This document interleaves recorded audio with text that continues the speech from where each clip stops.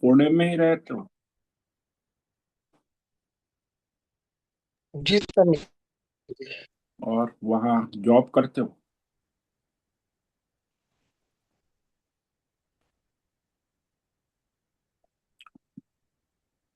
ओम नमो भगवते वासुदेवाय। ओम नमो भगवते वासुदेवाय। ओम नमो भगवते वासुदेव। ओम नमो भगवते वासुदेवाय। ओम नमो भगवते वासुदेवाय। ओम नमो भगवते वासुदेवाय। ओम नमो भगवते वासुदेवाय। ओम नमो भगवते वासुदेवाय। ओम नमो भगवते वासुदेवाय। ओम श्री परमात्मने नमो नमः। ओम गंगणपतये नमो नमः। ओम सं सरस्वत्यै नमो नमः। ओम गुरुभ्यो नमो नमः। ओम सहनाववतु सहनौ भुनक्तु सह वीर्यं करवावहै तेजस्विनावधीतमस्तु मा विद्विषावहै। ओम शांति शांति शांति। सदाशिव समारंभाम् शंकराचार्य मध्यमम् अस्मदाचार्य पर्यन्ताम् वंदे गुरु परंपराम्। वंदे गुरु परंपराम्। ओम तत्सत। आप सभी ऑनलाइन नेटवर्क पर उपस्थित भगवत गीता श्रवण साधकों को आज ऋषिकेश से हमारा प्रातः का अभिवादन, अभिनंदन, अभिवंदन। हरि ही ओम। हरि ही ओम। हरि ही ओम। हम सबको आज का यह दिव्य जीवन तन मन धन जन देश काल विषय वस्तु परिस्थिति अवस्थाएं व्यष्टि समष्टि आध्यात्मिक भौतिक दैविक क्षेत्र सभी को अपने अपने वर्तमान जन्म और पूर्व जन्मों में किए गए संचित कर्मों, पाप पुण्य धर्म अधर्म मिश्र, सकाम निष्काम सात्विक राजसी तामसी अनेक प्रकार के कर्मों के पके हुए फल स्वरूप में वर्तमान में आज सभी को अपने अपने प्रारब्ध अनुसार ईश्वरीय अचिंत्य योग माया के माध्यम से वर्तमान देश काल विषय तन मन धन जन आदि प्रसाद स्वरूप में प्राप्त हुआ है। अतः आज का यह दिव्य जीवन परमार्थ हेतु निष्काम सेवा यज्ञ देव यज्ञ ऋषि यज्ञ पितृ यज्ञ मानवता यज्ञ भूत प्राणी यज्ञ सात्विक दान शारीरिक वाचिक मानसिक तप निष्काम कर्म योग ध्यान योग भक्ति योग ज्ञान योग साधना स्वाध्याय वेद शास्त्रों का अध्ययन अध्यापन उपासना आराधना के लिए समर्पित करे और करवावे। अत्यंत दुर्लभ मनुष्य जीवन की प्रत्येक क्षण को परमार्थ हेतु सार्थक करे और करवावे। आज विक्रम संवत 2082 फाल्गुन मास शुक्ल पक्ष की द्वितीया तिथि दोपहर 3:58 तक है। उसके बाद तृतीया तिथि लग जाती है। आज पूर्व फाल्गुनी नक्षत्र है, रात्रि 8:50 तक है। उसके बाद उत्तर फाल्गुनी नक्षत्र लग जाता है। आज गुरुवार है, गुरुजनों की आराधना उपासना का दिन है। और वसंत ऋतु चल रही। ऋषिकेश का रात्रि का न्यूनतम तापमान 2 बजे का 10 डिग्री रहा है और दिन का दोपहर 2 बजे का अधिकतम तापमान 24 डिग्री रहा है। वायु की गति 5-10 किलोमीटर प्रति घंटा चल रही है। ईस्वी सन 2026, 19 फरवरी, 19 फरवरी 2026, सुबह के 6:48 हो रहे हैं। कलयुग का प्रथम चरण 5126वां वर्ष, 7वां वैवस्वत मनवंतर श्वेत वराह कल्प, ब्रह्मा जी का 26वां दिन और 51वां वर्ष अभी चल रहा है। तो ऐसे अनंत कोटि ब्रह्मांडीय परमेश्वरी अचिंत्य योग माया में हमारा यह एक ब्रह्मांड, इस ब्रह्मांड में ये पृथ्वी लोक में जम्बू द्वीप के ऊपर विश्व का एकमात्र वैदिक राष्ट्र भारत में उत्तर हिमालय प्रांत में उत्तराखंड राज्य में टिहरी जिले में हिमालयन शिवालिक पर्वतमाला के अंतर्गत मणिकूट पर्वत के ऊपर नीलकंठ महादेव के सामने ऋषिकेश नगरी में मुनिकीरेती प्रांत में शीशम झाड़ी अवधूतवाड़ा आश्रम के सी ब्लॉक के पहले माले से 4 नंबर कमरे से गंगा किनारे से हम स्वामी उत्तमानंद सरस्वती भगवद गीता के आचार्य शिष्य स्वामी चिन्मयानंद सरस्वती महाराज चिन्मय मिश्र कैवल्याद्वैत वेद व्यास भगवतपाद शंकराचार्य की श्रृंगेरी संन्यास परंपरा से शिक्षित दीक्षित सनातन वैदिक भारतीय संस्कृति के अनुसार संपूर्ण भगवत गीता ज्ञान यज्ञ ऑनलाइन चैतन्यमय जीवंत लाइव प्रसारण जूम एवं यूट्यूब के अंतर्गत व्याख्यान माला में अध्याय 15 पुरुषोत्तम योग के श्लोक नंबर 15 और 16 पर संस्कृत एवं हिंदी में व्याख्यान करेंगे। दिव्य पवित्र सरल व्यावहारिक सटीक पूर्ण वर्ण अक्षर पद वाक्य पंक्ति श्लोक अध्यायों की संगति संधि अन्वय शब्दार्थ वाक्यार्थ भावार्थ रहस्यार्थ तत्वार्थ के यथार्थ तात्पर्य सहित वैदिक शास्त्र वेदव्यास साहित्य शंकर भाष्य एवं परंपरागत 10 सन्यासी आचार्यों की टीका टिप्पणी सहित आज का यह भगवद गीता व्याख्यान करेंगे। कृपया आप सभी श्रद्धा भक्ति ध्यान से परिपूर्ण होकर के यह दिव्य श्रवण साधना करे, इसमें से कुछ ग्रहण करे, कुछ धारण करे, कुछ अपने जीवन में चरितार्थ करे और उसमें निरंतरता लाए। अपनी अपनी आध्यात्मिक भौतिक दैवी अशांति द्वंद्व मोह विक्षेप संशय काम क्रोध लोभ मोह राग द्वेष अनेक प्रकार के भ्रम भ्रांतियों से रहित होकर के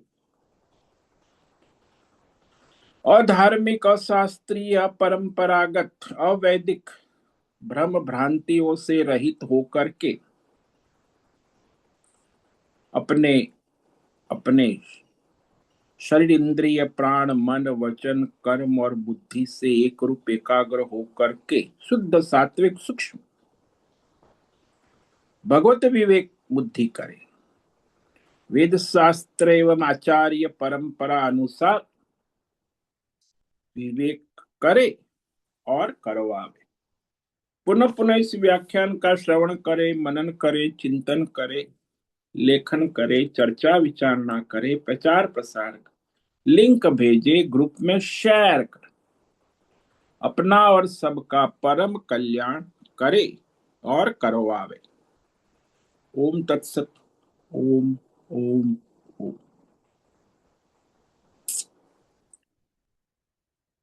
कल हमने श्रीमद् भगवद गीता अध्याय 15 के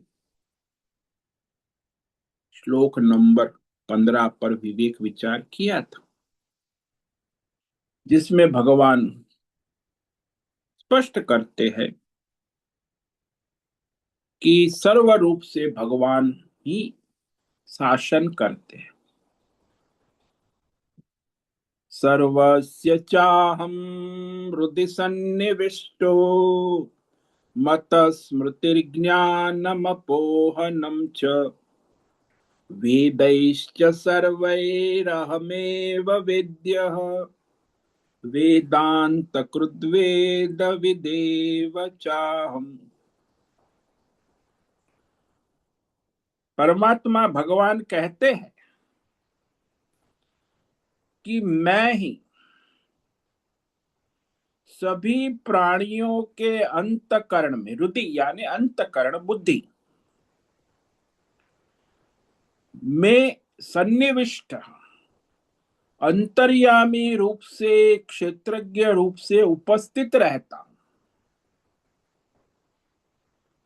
तथा मुझ अंतर्यामी से ही सभी प्राणियों के उनके संचित कर्म, पूर्व जन्म वर्तमान जन्म के पाप पुण्य धर्म अधर्म मिश्र सात्विक राजसी तामसी अनेक प्रकार के कर्मों के अनुसार उन्हें वर्तमान में भौतिक अध्यात्म दैवी ईश्वरीय परमार्थिक ज्ञान की स्मृति देता, स्मरण कराता प्रारब्ध अनुसार। तो सारा जो ज्ञान है भौतिक आध्यात्मिक दैवी ईश्वरीय और पारमार्थिक, और जिसके अंदर पुण्य है, सत्व गुण है, धर्मात्मा है, यज्ञ दान तप आदि जीवन है, तो उसके अंदर ईश्वरीय ज्ञान प्रकट होता। जो पापात्मा है, अधर्मी है, जीवन में कभी यज्ञ दान तप धर्म कर्म नहीं किया इस जन्म में या पूर्वज, तो उसको भी वह भौतिक जड़ता विषयक माया में लगाते हैं, उसी के कर्म अनुसार, और विस्मरण भी कराते हैं। आपने देखा होगा संसार में मीडिया वाले नेता लोग हैं, कॉर्पोरेट वाले, सेलिब्रिटी, आपके भी रिश्तेदार, सब अपने अपनी बुद्धि से बकवास करते रहते हैं। कहते हैं जीवन तो केवल भौतिक सिद्धि प्राप्त करनी, यही दैट इज सक्सेसफुल मैन। तो दूसरा आके नहीं नहीं नहीं नहीं, योग साधना, योग प्राणायाम, आजकल योग का जमाना है, योगा भी करना चाहिए। तो तीसरा है नहीं, देवी देवताओं को भी प्रसन्न करना। चौथा आएगा कि नहीं, ईश्वर, सगुण ईश्वर ब्रह्मा विष्णु महेश की आराधना नहीं करेंगे तो कैसे चलेगा। तो चौथा आके कहेगा अरे अरे अरे, थोड़ा परमार्थ ज्ञान भी तो प्राप्त कर ले, अब क्या खिचड़ी पकाए। लेकिन वो चाहे कुछ भी चाहे, उसके प्रारब्ध के अनुसार ही उसके जीवन में भगवान ज्ञान को प्रकाशित करते हैं। वो चाहे वैसे नहीं होता। उसके संचित कर्म है, प्रारब्ध है, पुण्य है, तो उसके अंदर भौतिक ज्ञान, आध्यात्मिक दैवी ईश्वरीय पारमार्थिक ज्ञान का उदय होता है। पर जो का पाप पका है, अधर्म पका है, तो विस्मरण भी होता, अपोहन, गलत सोच, गलत ज्ञान, विपरीत ज्ञान, जिसमें कोई शास्त्र प्रमाण नहीं है, न आचार्य परंपरा है, केवल अपने बुद्धि का कोरा तर्क है, लौकिक तर्क। आजकल लोग ज्यादा यही तर्क करते हैं। न शास्त्र प्रमाण है, न कोई आचार्य परंपरा है, बस मैं कहता हूं तो उसके पाप का उदय हुआ है, तो उसी तरह उसकी बुद्धि चलती है। गलत मान्यता, तो भगवान कहते ये सब जो सब प्राणियों का हिसाब किताब उनके अनुसार उनकी बुद्धि को चलाने का काम मैं करता हूं। फिर कहा सर्वे वेद अहमेव वेद्य। वेद का मतलब होता है ज्ञान, चाहे भौतिक ज्ञान हो, आध्यात्मिक ज्ञान हो, दैवी ज्ञान हो, ईश्वरीय ज्ञान हो या पारमार्थिक ज्ञान। सब प्रकार के ज्ञानों द्वारा उस ज्ञानों का लक्ष्य, ज्ञानों द्वारा जानने योग्य केवल परमात्मा ही है। अहम एव विद्य, सबका लक्ष्य केवल परमार्थ ज्ञान ही है, चाहे अब भौतिक हो, चाहे आध्यात्मिक हो, दैवी हो, ईश्वरी।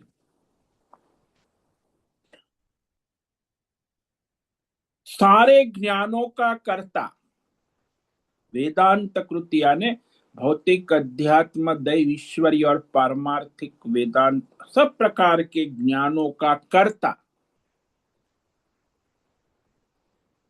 भगवान स्वयं है, चैतन्यमय है ना। और सारे ज्ञानों का ज्ञाता वेदवित, भौतिक हो, आध्यात्मिक हो, दैवी हो, ईश्वरी हो, सब प्रकार के ज्ञानों का ज्ञाता, सब प्रकार के ज्ञानों को जानने वाला जो आचार्य है, जो विद्यार्थी है, शिष्य है, वो भी परमात्मा ही है, क्षेत्रज्ञ परमात्मा। इसीलिए कहते हैं ना सर्वै वेदै अहमेव वेद्य, संपूर्ण ज्ञानों से मैं ही जानने योग्य हूं। वेद शास्त्र में अनेक प्रकार का ज्ञान है, अनेक प्रकार की परंपरा है, भौतिक ज्ञान है, अध्यात्म ज्ञान है, दैवी ईश्वरीय है, पारमार्थ।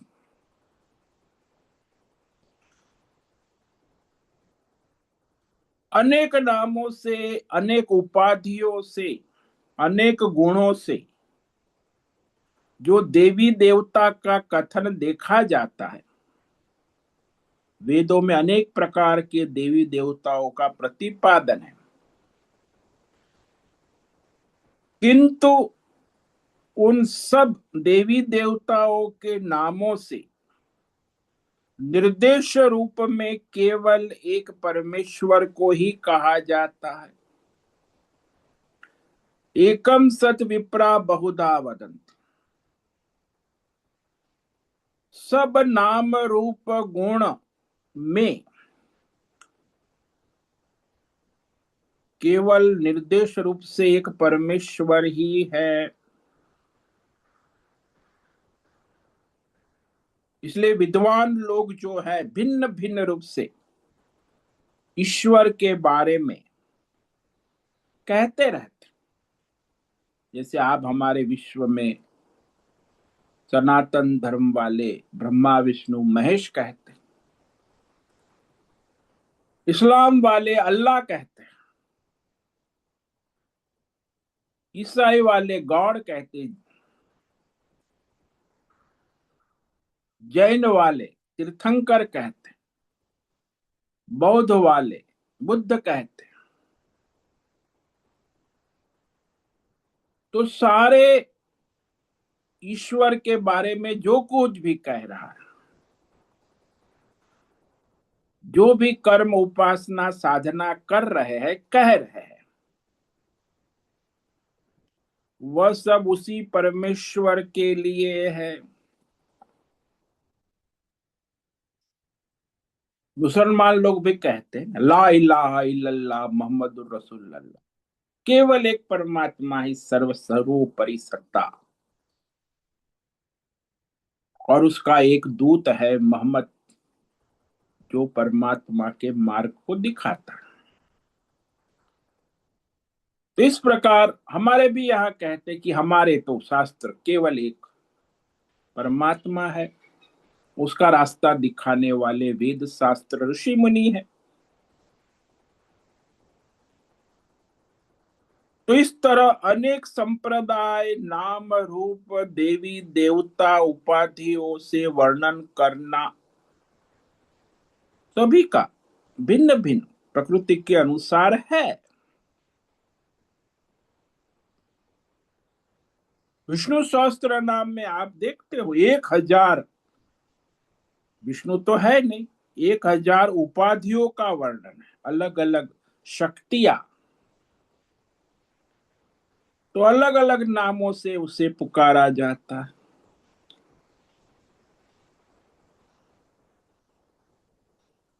क्योंकि भिन्न भिन्न उपाधि है, भिन्न भिन्न शक्ति है, भिन्न भिन्न ऐश्वर्य है, तो उसका वर्णन करने के लिए हम भिन्न भिन्न नाम का उपयोग करते हैं। जैसे आभूषण है, अंगूठी है, नेकलेस है, बैंगल्स है, चैन है, ये भिन्न भिन्न उपाधियों को प्रकाशित करने वाला तो केवल एक सुवर्ण तत्व ही है ना। एक ही सुवर्ण तत्व अनंत प्रकार के आभूषणों के नाम रूप गुण दोष उपाधियों से प्रतीत होता है, प्रकाशित होता है। सुवर्ण प्रकाशित होता है आभूषणों के, ऐसे ही परमात्मा प्रकाशित होता है। किसके द्वारा? ये सारे भौतिक अध्यात्म दैव उसकी उपाधि मायामय गुण, तो ये सब भगवान की विशेषताओं को समझे। अलग अलग जरूर है, इसलिए नहीं है कि भगवान अलग अलग है, परमात्मा तो केवल एक है। मनुष्य की गलती यहां होती है, अविवेक होता है कि हमें भ्रम हो जाता है कि ये सब जो है नाम रूप गुण उपाधि सब अपनी अलग अलग सत्ता वाले हैं, कोई अलग सत्ता वाले नहीं। इसलिए भगवान ने कहा ना, गीता में भी कहा, वेदों में भी कहा कि जितने भी नाम रूप गुण उपाधि है वो सब मुझसे है। तो जिस उपाधि के द्वारा जो पूजा जाता है, वह उपाधि के द्वारा परमात्मा स्वयं ही फल देते हैं।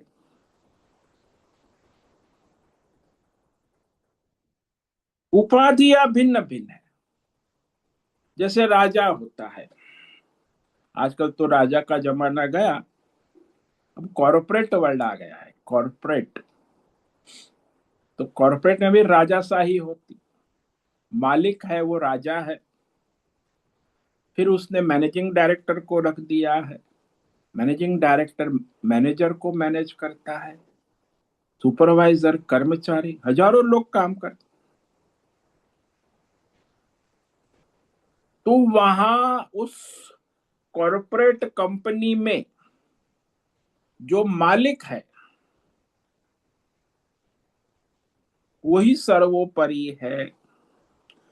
उसी की सत्ता से managing director, manager, general manager, supervisor, कर्मचारी, कार्यालय काम करता है, अकाउंटेंट काम करते हैं, कर्मचारी काम करते हैं, सारा पूरा साम्राज्य। और सब भिन्न भिन्न शक्तियां हैं, लेकिन वो शक्तियां स्वतंत्र नहीं है, वो मालिक के अधीन है। और जो कर्मचारियों को सैलरी मिलती है, मैनेजर को मैनेजर सब कौन देता है? अकाउंटेंट देता है? नहीं, अकाउंटेंट तो हिसाब किताब रखता है, लेकिन सबके खाते में सैलरी पहुंच जाती है। कौन देता है? मालिक ही देता। और काम कौन करता है? मालिक ही तो कराता है। ऐसे ही परमात्मा जो है, भिन्न भिन्न उपाधियों से ब्रह्मा विष्णु महेश 33 देवता पंच महाभूतात्मक सारी सृष्टि और देवताओं के द्वारा सारी सृष्टि को चलाते हैं। वो कॉर्पोरेट वाला जो मालिक है वो अपने कॉर्पोरेट बिजनेस को चलाता है, ऐसे ही परमात्मा अपना ये कॉर्पोरेट वर्ल्ड, ब्रह्मांड, सबको चलाता है। तो वास्तव में उस कंपनी में जानने योग्य समझने योग्य कौन है? बोले मालिक। वैसे ही संसार में भौतिक अध्यात्म दैव और ईश्वरीय सारी सत्ताओं में परम सत्ता कौन सी है? बोले परमेश्वर है। इसीलिए परमेश्वर ही जानने योग्य है। इसलिए आचार्य लोग कहते हैं, हमारे वैदिक आचार्य, सर्वै परमेश्वर एव हुयते। जितने भी देवताओं के नाम है, ब्रह्मा विष्णु महेश, एकादश रुद्र, द्वादश आदित्य, इंद्र वसु, सभी देवता और देवी के नाम है, उनके द्वारा जो पूजा जाता है देवी देवताओं को, तो सबके द्वारा केवल परमेश्वर को ही पूजा जाता है। इसीलिए भगवान ने यहां कहा, वेदैश्च सर्वैरहमेव वेद्य। सभी ज्ञानों के द्वारा जानने योग्य केवल परमात्मा है। क्योंकि सभी ज्ञान का लक्ष्य, परम लक्ष्य परमात्मा ही है। चाहे भौतिक ज्ञान हो, चाहे आध्यात्मिक ज्ञान हो, चाहे दैवी हो, चाहे कर्म कांड हो, चाहे उपासना हो, चाहे ज्ञान हो। तो जैसे साक्षात परमात्मा को जानने के लिए ज्ञान योग है, लेकिन उस ज्ञान योग साक्षात है, ज्ञानादेव तु कैवल्यम। लेकिन साक्षात ज्ञान योग प्राप्त करने के लिए योग्यता बनानी हो। इसीलिए क्रम से कर्म योग, ध्यान योग, उपासना, उसका वेदों में प्रतिपादन किया गया है। ये सारे जो है साधन है, साधनाएं है। कर्म योग साध्य नहीं है, ध्यान योग साधन है, उपासना भक्ति योग भी साधन है, साधना है। साध्य तो केवल ज्ञान योग है, जो साक्षात परमात्मा को प्रकट करता है, जो साक्षात ज्ञान है, ज्ञान योग।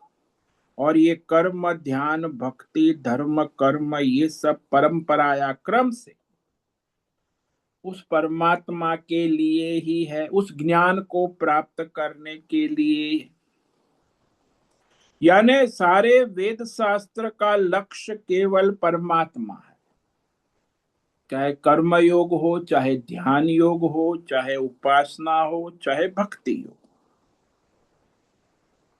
इसे संसार में भी देखते हैं ना आप लोग, कि जो विद्यार्थी स्कूल में पढ़ता है, गणित पढ़ता है, तो नर्सरी से शुरू होता है, 0 1 2 3 4 5, आ गए। अब एक नर्सरी की बच्ची मुझे, मैं बोल जरा, बोले हाँ मुझे आता है। कहाँ तक? 1 2 3 4 5 6 7 8 9 10, बस इतना, इतना ही आता है महाराज। अच्छा अच्छा, बढ़िया बोलती है। तो गणित तो शुरू हो गया, 3 साल की है, तो क्या उसका गणित पूरा हो गया? अभी तो शुरुआत है। अब जाएंगी स्कूल कॉलेज, फिर ये 10 साल के बाद मुझे मिलेंगी तो मैं कि, क्या गणित हो गया? बोले हाँ, एसएससी पास हो गई, 90% गणित में आ गए। अच्छा, तो अब आगे कॉलेज करोगी, इंटर करोगी? अच्छा, हो गया। फिर 10 साल के बाद मिली तो कहा क्या हो गया? इंटर भी कर लिया, मैथमेटिक्स में मैंने 90% प्राप्त कर। अच्छा, बड़ी तपस्वी है, साध्वी है। तो फिर पूछा कि अरे अब क्या? बोले अब पीएचडी कर रहे, अप्लाई कर दिया, मास्टर्स हो गया मेरा, मैथमेटिक्स, एमएससी पास, फर्स्ट क्लास। वैसे तो मुझे यूनिवर्सिटी वाले बुलाते हैं, लेकिन मैं अभी चॉइस कर रही हूँ सिलेक्ट, फॉरेन वाले भी बुलाते हैं कि हमारे यहाँ मैथमेटिक्स में पीएचडी करो हमारी यूनिवर्सिटी, और स्कॉलरशिप भी देते हैं। अच्छा अच्छा, तो जा। फिर मिली, फिर कहते पीएचडी भी हो गया, अब क्या करना है? बस अब सेवा करो, जो भी आए उनकी सेवा करो, तुम्हारा गणित सिद्ध हो गया। तो ऐसे ही है, जो मनुष्य प्राइमरी स्कूल में है, अभी धर्म कर्म कर रहा है, स्वधर्म आदि, प्राइमरी स्कूल, और कुछ यज्ञ दान तप कर रहा है तो हाई स्कूल में आ गया है। यज्ञ दान धर्म कर्म से कुछ आगे बढ़ा है, निष्काम ईश्वर को समर्पित भाव से करता है, तो इंटर में आ गया है। कर्म योग से आगे बढ़ा है तो फिर ध्यान योग एकाग्र मन हो गया है, उपासना में लग, तो वो ध्यान योगी कॉलेज में आ गया, फिर उपासना करता है बढ़िया,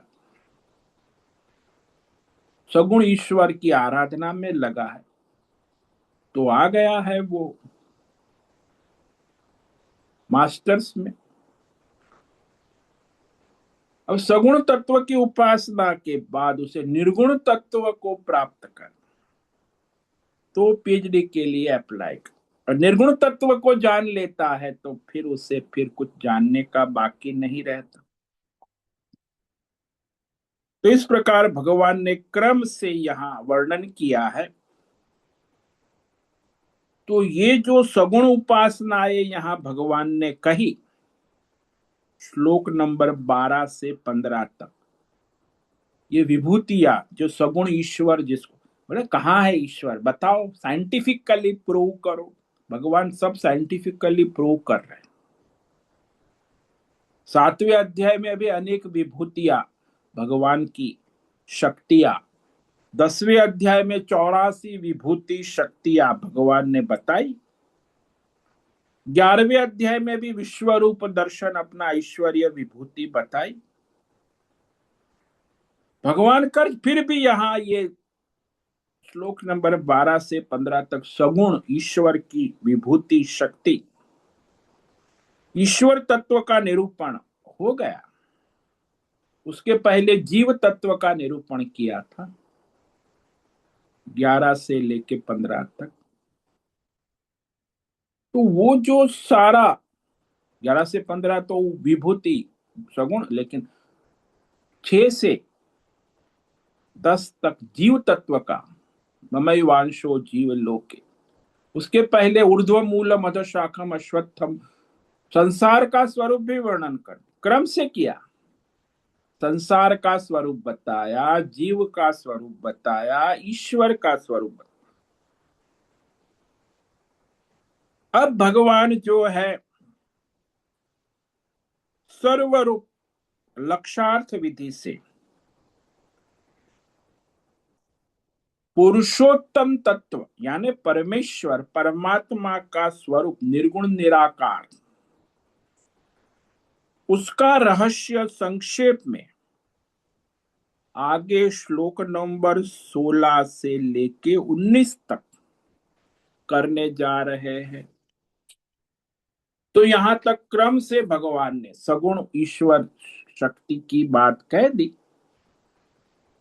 अब एक विषय बाकी रहा उसकी यहां समझाने के लिए, निरुपाधिक परमार्थ तत्व, जिसको पुरुषोत्तम, इसी नाम से पुरुषोत्तम योग पढ़ा है, क्योंकि पुरुषोत्तम तत्व का निरूपण भगवान ने दूसरी जगह नहीं किया है, थोड़ा थोड़ा किया है, क्षेत्र क्षेत्र के विभाग में भी किया है, लेकिन यहां भी संक्षेप में ही कर रहे हैं कि निर्गुण निराकार निरुपाधिक परमेश्वर तत्व को प्रतिपादन करना है। लेकिन कैसे करें, क्योंकि वो तो निर्गुण है, निराकार है, निरुपाधिक है। तो शास्त्रों में उसका एक प्रतिपादन का एकमात्र तरीका है, और वो ये है कि वह परमात्मा क्या क्या नहीं है, नेति नेति नेति, इस प्रकार ही बतलाया जा सकता।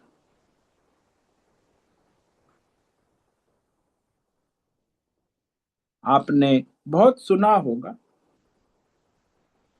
कि परमात्मा ये नहीं है, ये नहीं है, भौतिक नहीं है, आध्यात्मिक नहीं है, दैवी नहीं है, ईश्वर नहीं है। परमात्मा तो परमात्मा है, सुना तो बहुत है कि यह नहीं है, यह नहीं है, नीति। तो इस प्रकार उस परमात्मा का निर्देशन उपदेश संभव है, क्योंकि निरुपाधिक है ना। परमात्मा को किसी भौतिक अध्यात्म दैव और ईश्वरीय शब्द से प्रकट नहीं किया जा सकता, शब्द वाक्य मंत्र से। तो सारे शब्द वाक्य मंत्र या तो भौतिक विषय को प्रकाशित करते हैं, या आध्यात्मिक विषय को प्रकाशित करते हैं, या दैवी विषय या सगुण ईश्वर को प्रकाशित करते हैं। लेकिन वो निर्गुण परमात्मा, उसे कोई शब्द वाक्य मंत्र प्रकाशित नहीं कर सकता, क्योंकि निरुपाधिक है ना, निर्गुण है, निराकार है, चैतन्यमय है। इसलिए याद रखें कि परमात्मा को बताने के लिए फिर यह उस पर ये सगुण सोपाधिक ईश्वर का आरोप करके बतलाया जाता है कि भाई ये जो आप कृष्ण है, राम है, यही परमात्मा है। तो सगुण सोपाधिक ईश्वर का आरोप करके उसे बतलाना आवश्यक है, क्योंकि परमात्मा तो सर्वरूप है। परमात्मा ही राम है, परमात्मा ही कृष्ण है, परमात्मा ही ब्रह्मा विष्णु महेश है, परमात्मा ही भौतिक है, अध्यात्म है, दैव है, परमात्मा ही सात्विक है, राजसी है, तामसी है, सब वही है। देश काल विषय सर्वरूप परमात्मा ही है। इसीलिए ये सारा जो नाम रूप गुण देश काल विषय भौतिक अध्यात्म दैव और ईश्वरीय सगुण शक्तियों का निषेध कर दे, तब वो प्रकाशित होता है। इस सब का नेति नेति नेति नेति निषेध कर दिया तो वह परमात्मा स्वयं प्रकाशित है, प्रकाशित हो जाता है।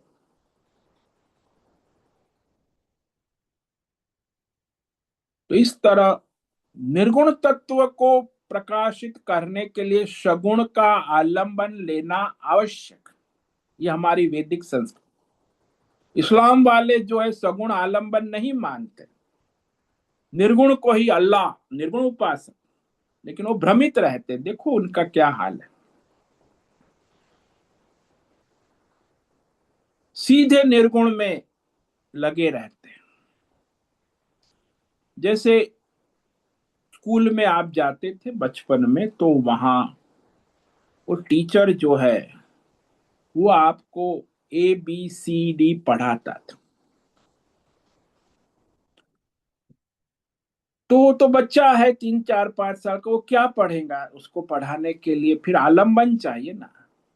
A for apple, B for bat, C for cat, D for dog. हाँ, अब ये कोई एप्पल थोड़ी है, ये तो निर्गुण है और एप्पल सगुण है। सगुण का आलंबन लेकर निर्गुण, ये तो बड़ सर्वव्यापक है, पूरी भाषा में सब जगह व्याप्त है। अब ए को जानने के लिए उससे एप्पल पढ़ाना पड़ता है। एप्पल को जानता है, को देखा है, खाया है। तो इस तरह ए फॉर एप्पल में एप्पल को पढ़ाना अनिवार्य हो जाता है, ताकि वो ए के तत्व को जान ले। ऐसे ही हमारे सनातन धर्म में सगुण राम कृष्ण ब्रह्मा विष्णु महेश की आराधना उपासना अनिवार्य है, ताकि उस निर्गुण परमात्मा तत्व को जानने की योग्यता प्राप्त हो।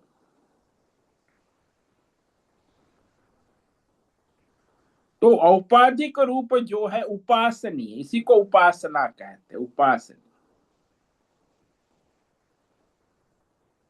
और उसी का निर्गुण निराकार रूप है जो वास्तविक स्वरूप है। तो निर्गुण निराकार वास्तविक स्वरूप को बताने के लिए औपाधिक रूप को बताना आवश्यक है। इसीलिए भगवान ने यहाँ श्लोक नंबर 15 से लेके 12 से लेके 15 तक सगुण ईश्वरीय शक्ति, वो भी साइंटिफिकली। आजकल तो लोग बड़ा वैज्ञानिकवाद है ना, कोई दूसरा प्रमाण मानते नहीं।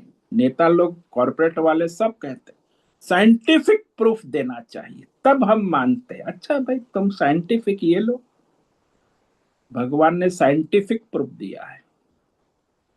गामा विश्य च भूतानि धारयाम्यहम् उष्णामि चौषधि सर्वा सोमो भूत अहम वैश्वानरो भूतवा प्राणी नाम देव। साइंटिफिक प्रूफ दे दिया। इस तरह मैं सबके अंदर रहकर सबका पालन पोषण करता।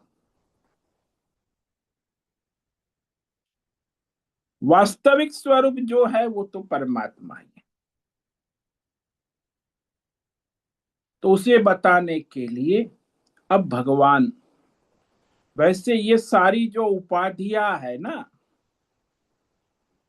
जो सगुण उपाधियां है, वो तो भगवान के ड्रेस है, वस्त्र है, भिन्न भिन्न।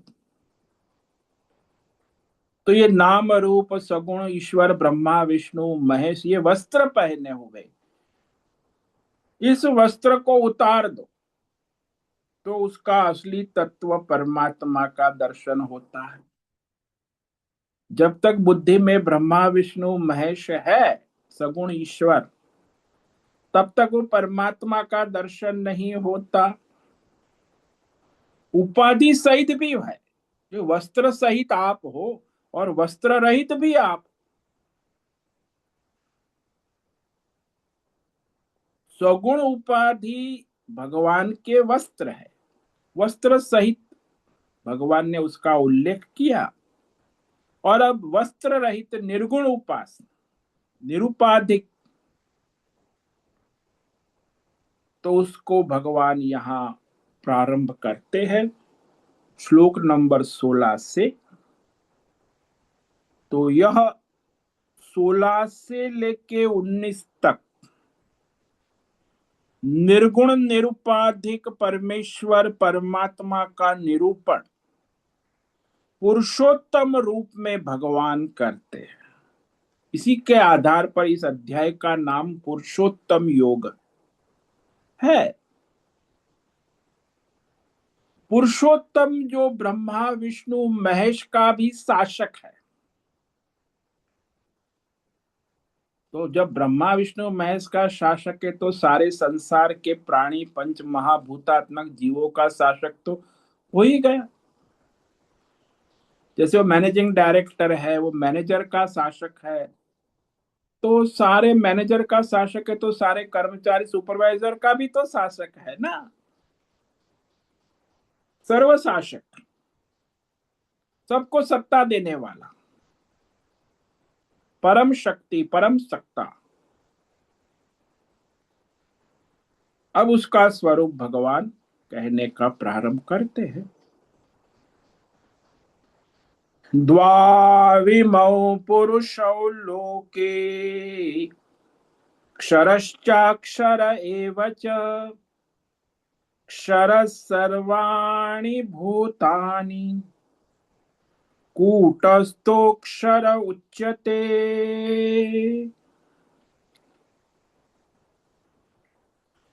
द्वाविमौ पुरुषौ लोके क्षरश्च अक्षर एव च। पहली पंक्ति, क्षर सर्वाणि भूतानि कूटस्थ अक्षर उच्यते।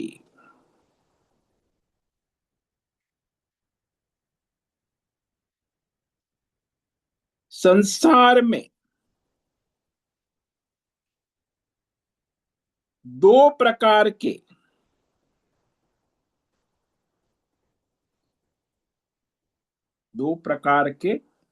पुरुष पुरुष समुदाय, दो समुदाय काम करते हैं।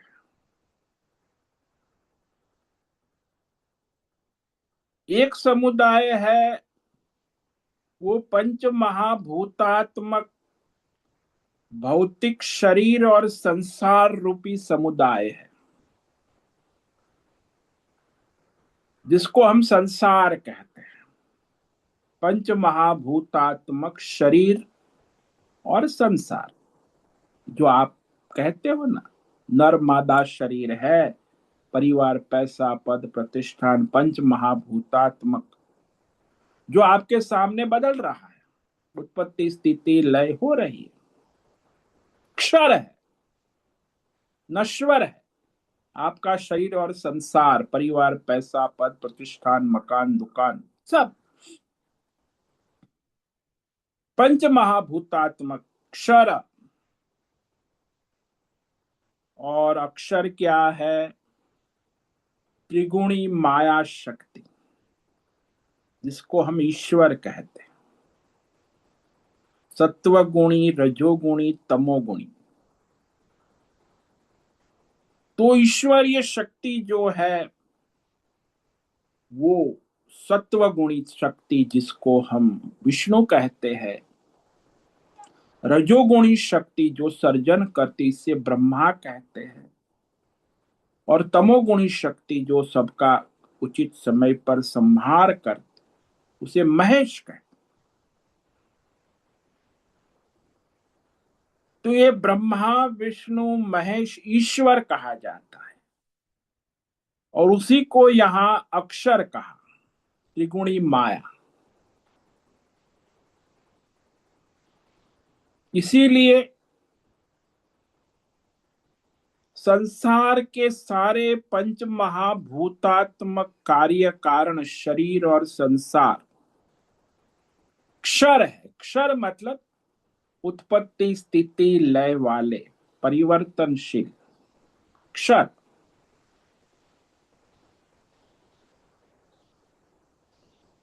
और उसे चलाने वाली शक्ति त्रिगुणी माया,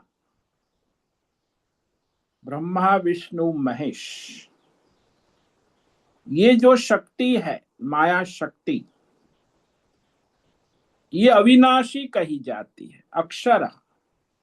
उसका क्षर नहीं होता,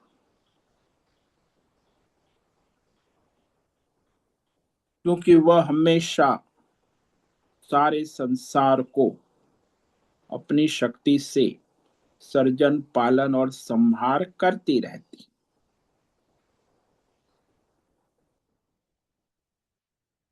ये दो समुदाय है, एक ईश्वरीय शक्ति और एक पंच महाभूतात्मक संसार, शरीर और संसार।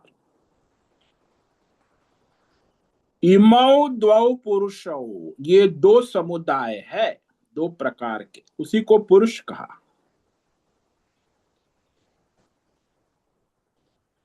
ये दो समुदाय मिलकर ही सारे संसार का खेल चलता है। सर्वाणि भूतानि, संपूर्ण प्राणी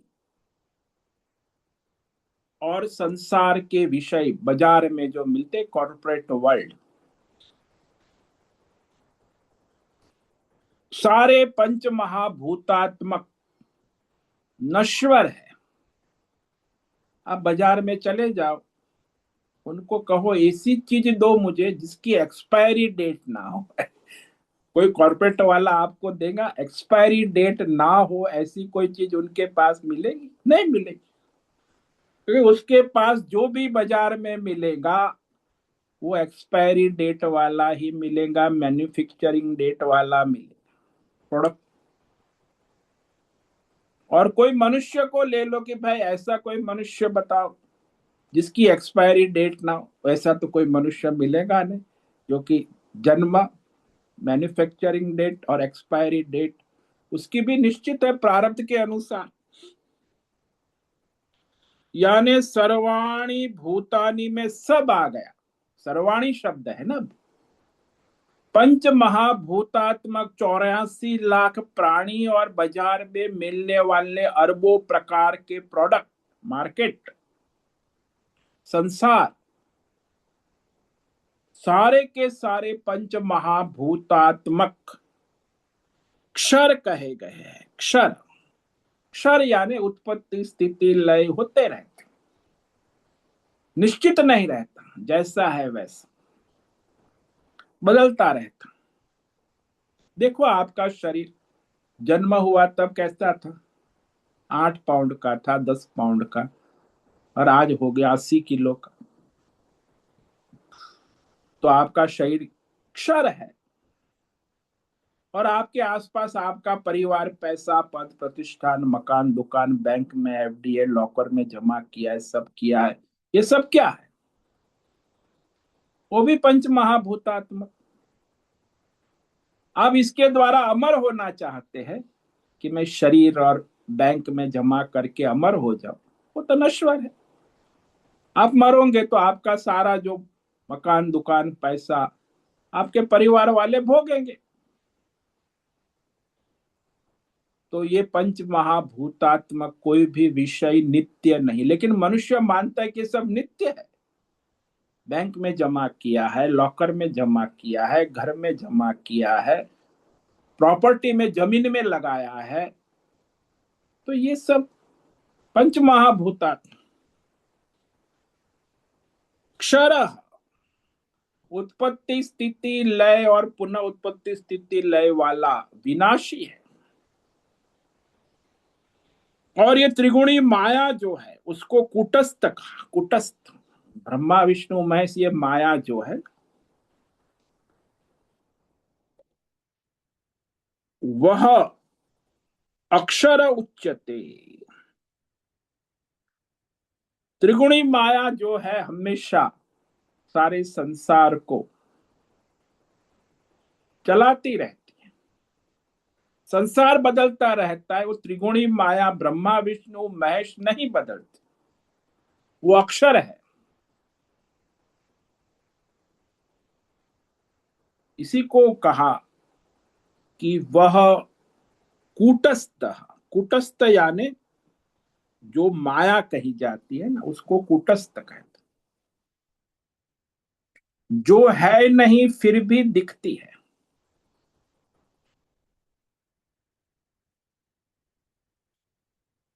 तो इस प्रकार आज हमने इस श्लोक पर विवेक विचार प्रारंभ किया है। बड़ा अद्भुत है ये जो सारा क्षर और अक्षर, और फिर पुरुषोत्तम। अभी तो पुरुषोत्तम की बात नहीं कही, अभी तो केवल क्षर अक्षर कह रहे हैं। तो इस श्लोक पर हम कल विवेक विचार करेंगे। द्वाविमौ पुरुषौ लोके क्षरश्चाक्षर एव च क्षरः सर्वाणि भूतानि कूटस्थोऽक्षर उच्यते। संसार में, लोके यानी इस संसार में दो तत्व है, एक क्षर और दूसरा अक्षर। तत्व कहो, समुदाय कहो।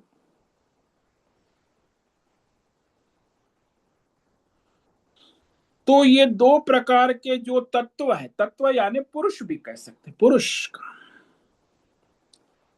ये जो पंच महाभूतात्मक आपके शरीर और आपका परिवार, पैसा, पद, प्रतिष्ठान, मकान, दुकान, मेडल, ये सारे क्षर है, नश्वर है।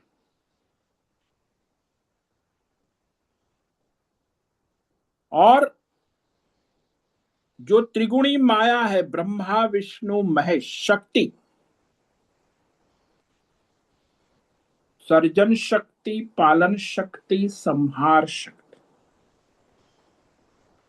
वह अक्षर है।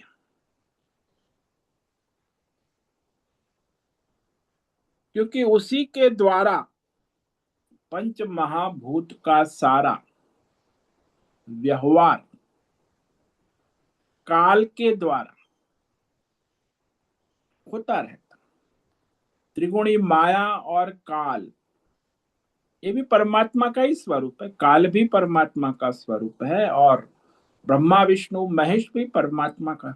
और उन्हीं के द्वारा फिर ये सारा पंच महाभूतात्मक संसार की उत्पत्ति स्थिति लय, सभी प्राणियों की उत्पत्ति स्थिति लय, व्यष्टि समष्टि उत्पत्ति स्थिति लय होता रहता है। ओम नमो नारायणाय, ओम नमो नारायणाय, ओम नमो नारायणाय, ओम नमो नारायणाय, ओम नमो नारायणाय। कायेन वाचा मनसेन्द्रियैर्वा बुद्ध्यात्मना वा प्रकृते स्वभाव करोमि यद्यत् सकलं परस्मै नारायणायेति समर्पयामि। ओम सर्वे भवन्तु सुखिनः, सर्वे सन्तु निरामयाः, सर्वे भद्राणि पश्यन्तु, मा कश्चित् दुःखमाप्नुयात्, अस्तु मा सद्गमय, तमसो मा ज्योतिर्गमय, मृत्योर्मा मृतंगमय। ओम पूर्णमद पूर्णमिदं पूर्णात् पूर्णमुदच्यते पूर्णस्य पूर्णमादाय पूर्णमेवावशिष्यते। ओम शांति शांति शांति। शंकरं शंकराचार्यं केशवं बादरायणं सूत्र भाष्य कृत वंदे भगवन्तौ पुनः पुनः। ईश्वरो गुरुरात्मेति मूर्ति भेद विभागी व्योमवद् देहाय दक्षिणामूर्तये नमो नमः। ओम गुं गुरुभ्यो नमो नमः। ओम तत्सत्।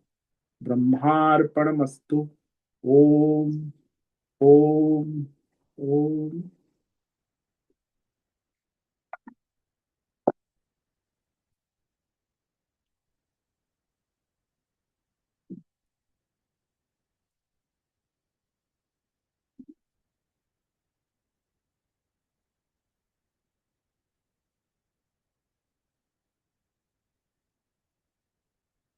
ओम नमो नारायणाय स्वामी जी। हाँ बोलो मीरा। स्वामी जी, अक्षर एक शब्द है और एक अक्षय भी है, तो एक ही है, दोनों सेम है? पर्यायवाची है, पर्यायवाची। अच्छा, अक्षय कहो, अक्षर कहो, अक्षय अविनाशी और कहो, अक्षय। अविनाशी कहो, अविनाश। ये सब हम्म, पर्यायवाची शब्द। क्योंकि अक्षय अविनाश सब बच्चों का नाम होता है, लेकिन अक्षर नहीं हाँ, होता है कभी। अक्षर भी होता है। अक्षर इंस्टीट्यूशंस का, हम लोग का संस्कृत एनजीओ का नाम है अक्षर, अक्षरम। मुझे लगा कुछ सूक्ष्म फर्क है क्या उसमें। नहीं, कोई फर्क नहीं, पर्यायवाची शब्द में कोई फर्क नहीं होता, अच्छा, पर्यायवाची है। अक्षर और अक्षय।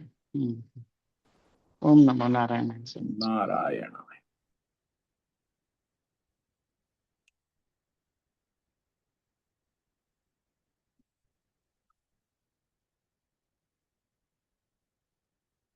किसी भी साधक को प्रश्न है, अभी प्रश्न पूछ सकते हैं।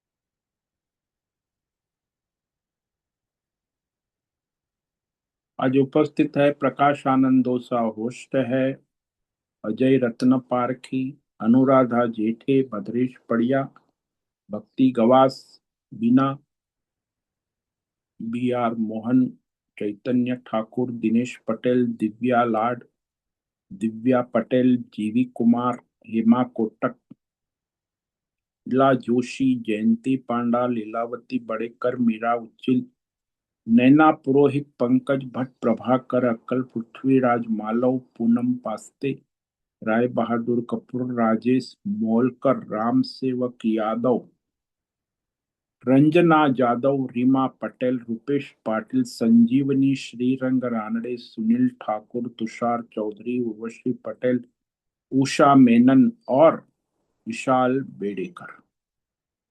आज इतने साधक उपस्थित हैं। कुछ वहां यूट्यूब पर लाइव देख रहे, सुन रहे। तो सभी साधकों को आज का दिन मंगलमय हो, परमार्थ करे, अपना और सबका परम कल्याण करे। ओम तत्सत। ओम नमो नारायणाय। ओम नमो ओम नारायणाय। नमो नारायणाय। ओम नमो नारायण नारायणाय स्वामी। नारायण ओम नमो ओम नमो नारायणाय। नारायणाय। नारायणाय ओम नमो नारायण स्वामी। नारायणाय ओम नमो नारायणाय स्वामी जी। नारायणाय।